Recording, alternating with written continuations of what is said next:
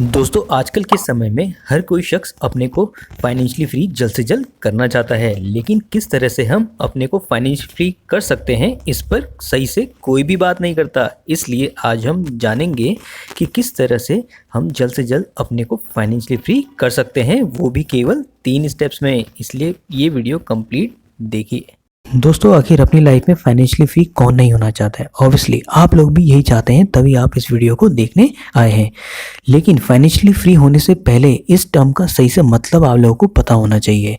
चलिए जानते हैं इस टर्म का सही मतलब आखिर क्या होता है पूरे 3 स्टेप्स में। लेकिन इससे पहले कि आप इस टर्म का मतलब सही से जानें, इससे पहले वाली वीडियो जरूर देखें जिसमें समझाया गया है आखिर क्यों फाइनेंशियल नॉलेज में इंडिया इतने पीछे है, जिसमें पूरी हिस्ट्री डिस्कस की गई है कि आखिर एजुकेशन सिस्टम इतना क्यों पैरालाइज हो चुका है कि लोग अपने आप को फाइनेंशियली फ्री होने में काफ़ी टाइम लगा देते हैं। तो चलिए जानते हैं इसे पूरे 3 स्टेप्स। तो दोस्तों 3 सेट में से सबसे पहला सेट ये है, अपने गोल को सेट करें। सबसे पहले ये डिसाइड करना होगा कि आपको फाइनेंशियली फ्री होने के लिए कितने रुपए की ज़रूरत होगी। ये अमाउंट इतना होना चाहिए जिससे आप उनकी पैसिव इनकम जनरेट कर सकें, मंथली या एनुअली, यानी कि हमें कोई काम भी ना करना पड़े और पैसे भी आते रहें हर महीने।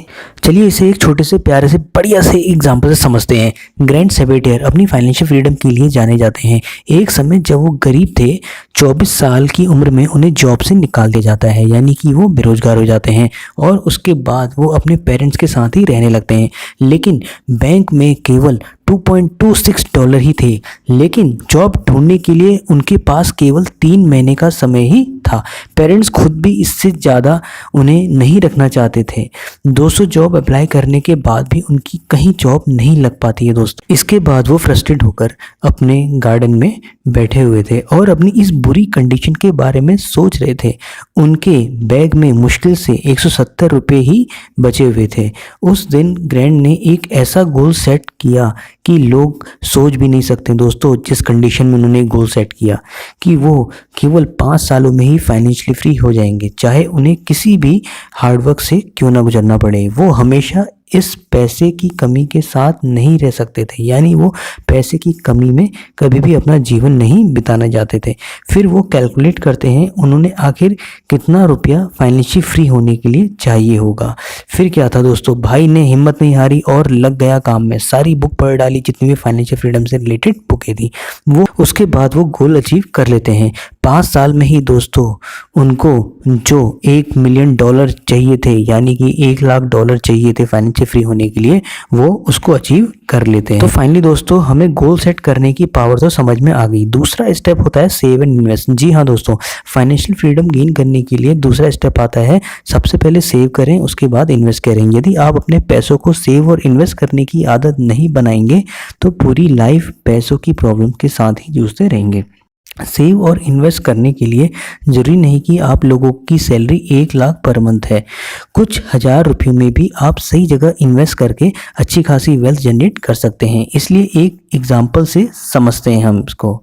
सपोज आपकी सैलरी 20 लाख पर मंथ है, या आप पढ़ रहे हैं तो उसकी आपकी सैलरी 15 से 20 हज़ार होगी। सैलरी से एक्सपेंसेस यदि काट लिए जाएं तो आप 5,000 सेव आसानी से कर सकते हैं।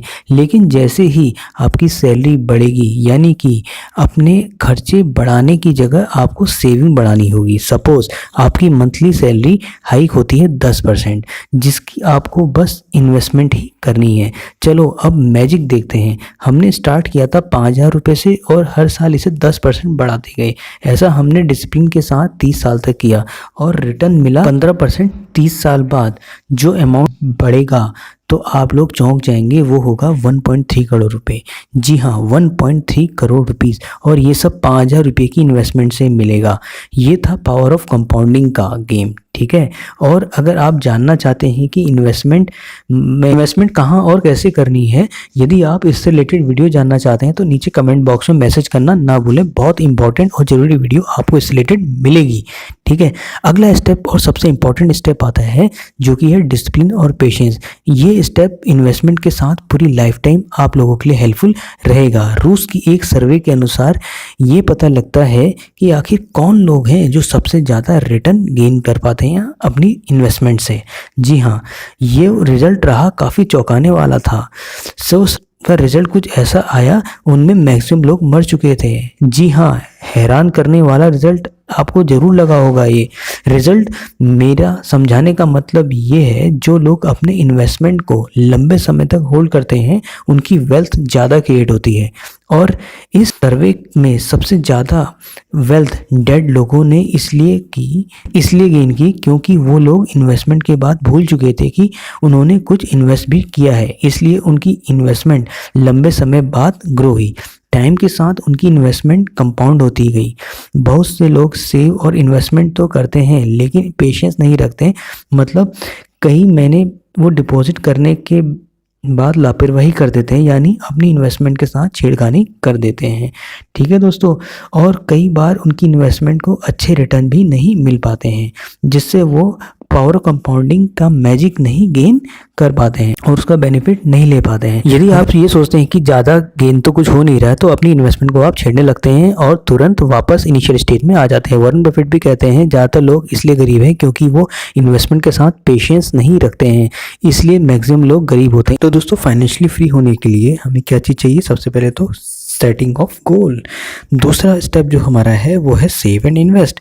तीसरा सबसे इंपॉर्टेंट और मोस्ट इंपॉर्टेंट जो लाइफ टाइम आपके काम करेगा वो है डिसिप्लिन एंड पेशेंस। ट्रेडिंग से रिलेटेड यदि वीडियो आपको चाहिए तो नीचे कमेंट करें। इसी तरह की फाइनेंशियल वीडियो के लिए चैनल को सब्सक्राइब करना ना भूलें। मनी ग्रेडेड आपके साथ है और अपने डाउट्स और क्वेश्चन पूछना ना भूलें।